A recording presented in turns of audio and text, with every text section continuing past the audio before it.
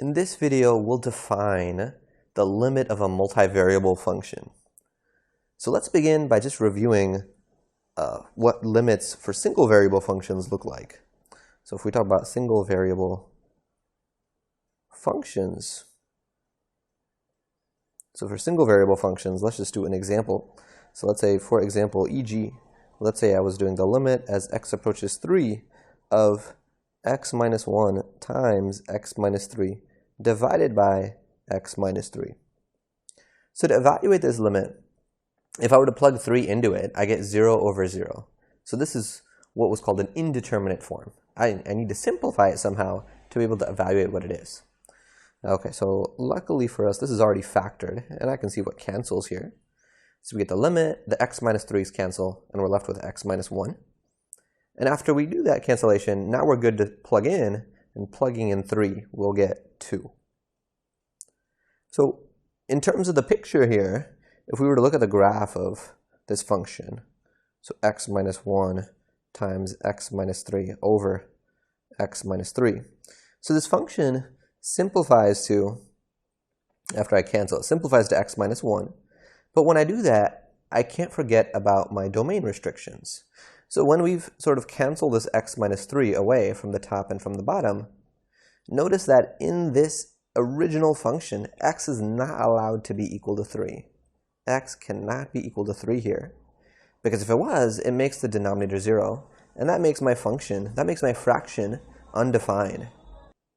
So when we cancel something on the top and the bottom, we can't forget about that domain restriction.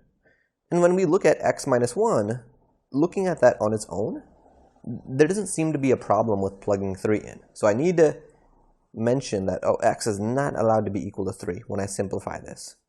Okay, so I'm gonna erase this now that we have written it on the side here.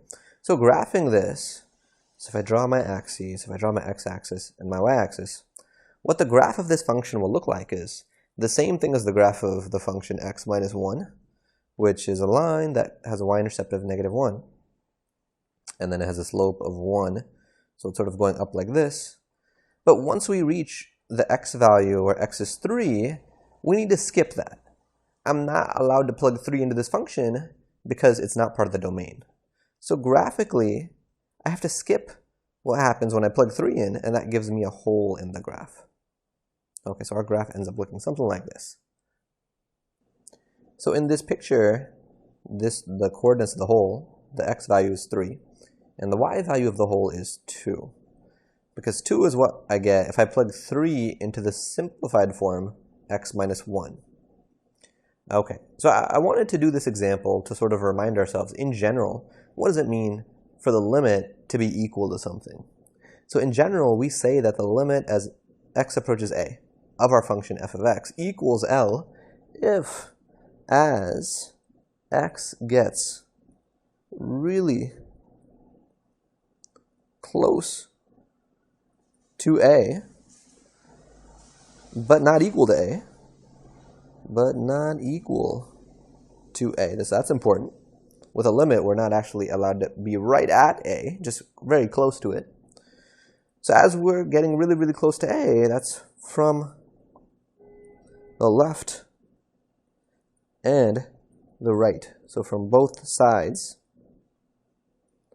So as that happens, f of x gets really close to L. Or in other words, the y values get really, really close to L. All right, so I'm going to box this. This was sort of the conceptual definition of what it meant for a limit to be equal to L when we first learned about limits when we talked about single variable functions in a previous calculus course. Okay, so I'm going to use this to now generalize and define what it means for a multivariable function limit to be equal to L. So we say that the limit now as the point x comma y approaches the fixed point x naught comma y naught of our multivariable function f of x comma y. We're going to say that this limit equals L if as, well, let's put this in black actually, as x comma y gets really close to the point x naught y naught, but not equal to it, but not equal to x naught y naught. And because there's an x and a y here, we aren't just going to be approaching our point from the left and from the right. We can be approaching it along any path in the xy plane. So we can be approaching it from along any path in the xy plane. So as we do that, f of x needs to be getting really close to L. F of x gets really close to L. All right, so let's draw some pictures of one where a limit exists and one where a limit does not exist, just so we get a better conceptual picture of, well, what does this look like? Okay, so first let's draw a picture when the limit does exist. So I'll draw my axes. So I'll have my x-axis, my y-axis, and my z-axis here. And let's draw the negative direction. So negative z, negative x, negative y. And now I'm going to draw some surface here, some three-dimensional surface. Okay, so I'm going to draw something here, maybe something curvy. So this is like a curvy, and then going down this way. So like a curvy, sheet of paper type thing. But imagine this extends infinitely. Okay, so there's got to be some point x naught comma y naught that we are approaching. So let's just say that at that point, if we were to plug in that value into our function, that our function ends up having a hole. So I'm going to draw that as there's a hole in this sort of sheet. But let's say that there's a point directly above the hole up here. So the coordinates of this point would be x naught comma y naught, and then the z value would be whatever f of, sorry, that kind of got shifted, whatever f of x naught comma y naught are.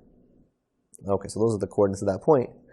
But so in this picture right here, if we were to approach x naught comma y naught in any direction, so let's say I were to approach it in along some path going this way, so I'll call this path 1. So as that happens, on the actual surface, if I were to sort of like follow this up along the actual surface, maybe along the surface this would look like maybe something like this. It would be approaching this hole here. And now if we were to approach the point x naught comma y naught along a different path, so if I were to approach it along a different path, maybe this one will be just a straight line path. And I'll call this one path 2. So if I translate that up to the actual surface of this function, maybe along the surface of the function, because the surface might be curvy, maybe this one ends up being a little curvy. And it goes like this. So as long as, when we look at any path approaching x naught, y naught in the xy plane, when we look at what the value of the function sort of approaches, so as we take those paths and sort of project them onto the surface of our function, if those paths sort of converge to this same value, then the limit exists.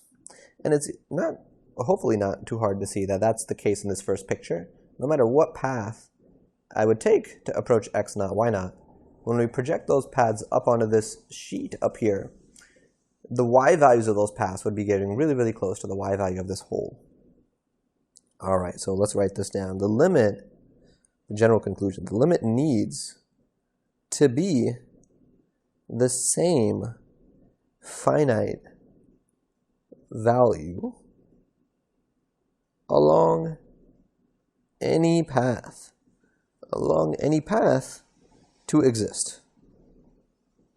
And that happens in this picture. No matter what path I would take, I'm going to get the same finite value when I look at the projection of it sort of on the surface. All right, what does the picture look like when the limit does not exist? Okay, so there's a bunch of ways that this could happen, but I'm going to draw one example. So I'll draw my axes again. So my z-axis, my x-axis, my y-axis, and let's draw some negative directions. So some negative directions. And again, I'll have a point x naught comma y naught in the xy plane. And let's say that above this point, there's sort of one piece to my function that has a hole here. and then and it's kind of like, maybe like the blade of a fan. So there's a hole right above that point x naught, y naught, but I have this sort of like blade of a fan type shape. Okay, and then, if I keep going above this hole a little bit, I have another piece, which will have a hole here. And it's like another blade of a fan, but just raised a little bit higher. And if I keep going up a little bit higher, another hole, and then it's like another blade of the fan. And if I keep going up a little bit higher, I'll have a hole, and then I'll have sort of parallel to the previous line, and then curving around, and then blade of a fan, and then going a little bit higher, it'll make sort of another kind of blade of a fan. So it's kind of like a spiral staircase, in a sense, what I'm drawing here. All right, so here in this picture, if I were to take a path maybe this way, that's approaching x naught, y naught, so this is path 1. If I sort of project that onto the actual surface of this function, maybe that lies on this topmost step here. So maybe it's sort of approaching this hole for this top step. But maybe if I were to approach x naught, y naught from this direction, so maybe from this direction, so path 2, when I sort of project that up onto the actual surface of the function, maybe that's approaching it from this second step and approaching this hole on the second step. So if a situation like this happens, then the limit does not exist. And the key takeaway is that if we can find two paths, all it takes is two paths. Let me zoom out a little bit more. If we can find two paths along which the limit is different, then we say the limit of our function, then the limit, we say that it does not exist. We write DNE. Okay, so I'm going to box this observation here. So if we can find two paths along which the value of the limit is different, then the overall limit does not exist. For the limit to exist, we need the value to be the same finite thing along any path. All right, so now that we have this visual understanding of what it means for a limit to exist and what it means for a limit to not exist, let's define what it means for a function to be continuous. So we say that a function f of x comma y is continuous at the point x naught, y naught if the limit as x comma y approaches x naught comma y naught, so the limit of our function, is equal to f of x naught comma y naught. So what that's saying is, for a function to be continuous at a point, not only does this limit need to exist, but it needs to be equal to the value of the function at that point.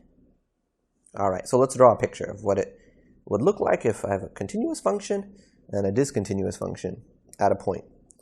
All right, so let's start with a continuous one. So I'm going to draw some axes. So let's draw some axes. So x-axis, y-axis, and z-axis. And then in this picture, let me just draw the positive directions. And let's say that I have my point x naught, y naught here. And then my function, let's just say, is sort of this curved sheet again. So a curved sheet type shape. Okay, so if when I take that point x naught, y naught, and I sort of project it up onto the surface, and I look at where is that point sort of actually on the surface, if we have a picture like this, so notice I've actually drawn like an actual filled-in point here. It's not a hole, it's an actual point on the surface. This is a picture where where the function is continuous at x naught, y naught. All right, so what would it look like if it's discontinuous? That means not continuous. Well, in fact, let me just copy this shape. That would be the easiest way, I think, for me to draw it.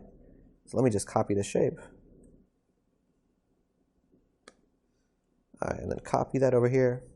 Okay, but if I want to make it discontinuous, then at that value, on the actual surface, I should draw a hole. So the hole for sure is going to make a discontinuous. And, you know, I could have a hole and absolutely no point, or I could have a point somewhere above or below, directly below that hole, and that would still be discontinuous. All right, so in terms of our goals for this section, we have now defined what a limit of a multivariable function looks like. And we've looked at pictures to better understand what it means for a limit to exist, what it means for a limit to not exist. And now we've defined what it means for a multivariable function to be continuous. So in the next video, we will look at some examples where we actually show algebraically that a limit does not exist. So I also just want to mention that the definitions that we've given for the limit of a multivariable function here involved a function of two variables. But we could give a really similar definition if our function had three variables or more than three variables.